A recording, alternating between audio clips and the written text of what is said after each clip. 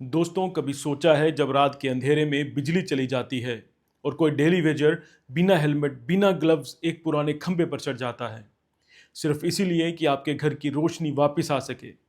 वो सिर्फ एक डेली वेजर नहीं होता, वो एक सोल्जर होता है, हमारे सिस्टम का सोल्जर। आज जम्मू के नगरोटा विधानसभा क्षेत्र के डुमी इलाके में ऐसा ही एक सोल्जर बिजली विभाग का शुभम मनाज अपने ड्यूटी करते हुए एक इलेक्ट्रिक शॉक का शिकार बन गया और उसकी मौत ने पूरे जम्मू को झंझोड़ दिया। शुभम सिर्फ एक 27 साल का लड़का नहीं, उसने अपनी ज़िंदगी बिजली विभाग के लिए दी। बिना परमानेंट जॉब, बिना सेफ्टी, बिना सिक्योरिटी, और जब मौत हुई डिपार्टमेंट ने बस एक लाइन बोली, इंक्वायरी चलेगी।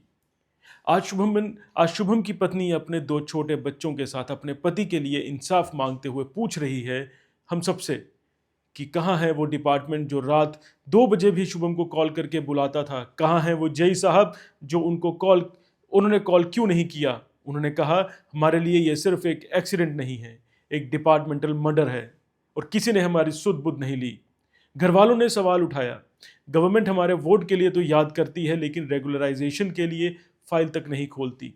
हमारे बच्चे अपनी जान को हथेली पे रखकर रोज काम पर जाते हैं और कई शुभम वापस भी नहीं आते, लेकिन सरकार की तरफ से हमें पूछा भी नहीं जाता। आपको बता दें कि इस वक्त नगरोटा में बाईपोल्स चल रहे हैं। शुभम के घर पॉलिटिकल कैंडिडेट्स बीजेपी की दिव्यानी राणा और पैंथर पार्टी के हर्षदेव सिंह दोनों पहुंचे कल, लेकिन लोगों का गुस्सा उन पर फट पड़ा।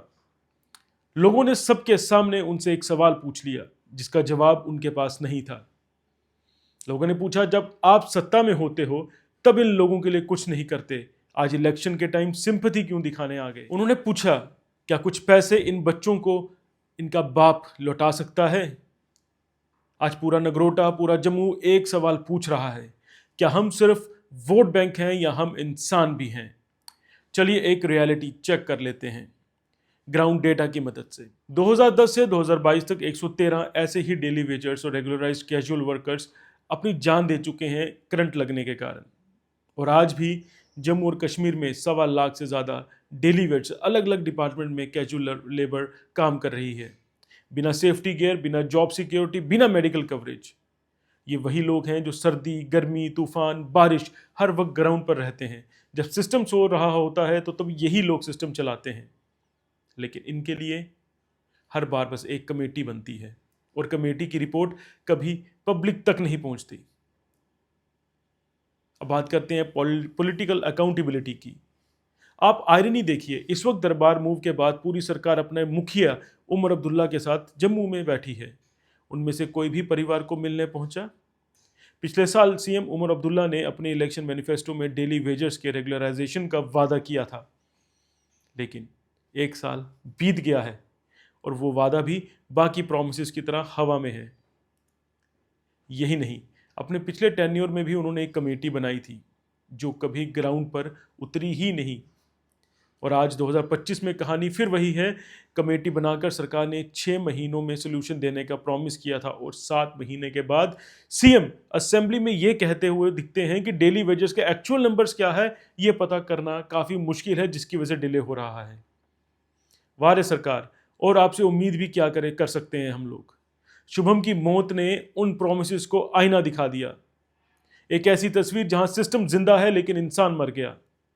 सवाल ये है, जब जम्मू में ही गवर्नमेंट बैठी है, जब आपके मुखिया चीफ मिनिस्टर के कॉन्वॉय के आसपास सिक्योरिटी और स्पॉटलाइट दोनों है, तो शुभम जैसे डेली वेजर्स के लिए सेफ्टी का एक बेसिक गाइडलाइन क्यों नहीं। क्या शुभम की मौत भी बस एक फाइल बनकर रह जाएगी? क्या फिर से एक कमेटी बन जाएगी और कुछ महीने बाद उसका रिजल्ट भूल जाएंगे? मैं डिप्टी सीएम साहब से, एलजी साहब से, सीएम साहब से और तमाम कैबिनेट और एमएलए जो हैं उनसे ये पूछना चाहूँगा, जो आपने फुर्ती, जो आपने रफ्तार, जो अपने सीरियसनेस अपने मुद्दे पे बताई और सारे मीडिया कर्मियों को एक लाइन में खड़ा कर दिया और बोला है कि अपनी वेरिफिकेशन करवाइए, क्या वही रफ्तार, क्या वही फुर्ती और क्या वही स्पीड और क्या वही सीरियसनेस अब डेली वेजर्स के इश्यूज पे होगी?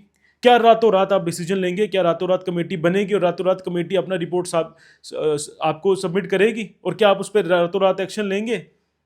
ये आपकी हिपोक्रेसी दिखाती है, हर एक पॉलिटिशियन की हिपोक्रेसी दिखाती है, किस तरह से जो है आप अपने पे आई बात को कितनी जल्दी से आप उस पर डिसीजन लेते हैं, लेकिन वही जब आम आदमी को लेके कोई बात होती है उसके लिए आपके मुंह बंद हो जाते हैं, आपके दिमाग काम करना बंद कर देते हैं और आपको समझ नहीं आता कि total number of daily wagers कितने हैं। एक सीएम की पोजीशन पे बैठे इंसान से ये इस तरह की स्टेटमेंट आना, ये गैर जिम्मेदाराना है। मैं ये क्या ऑन कैमरा ये बात बोल रहा हूँ।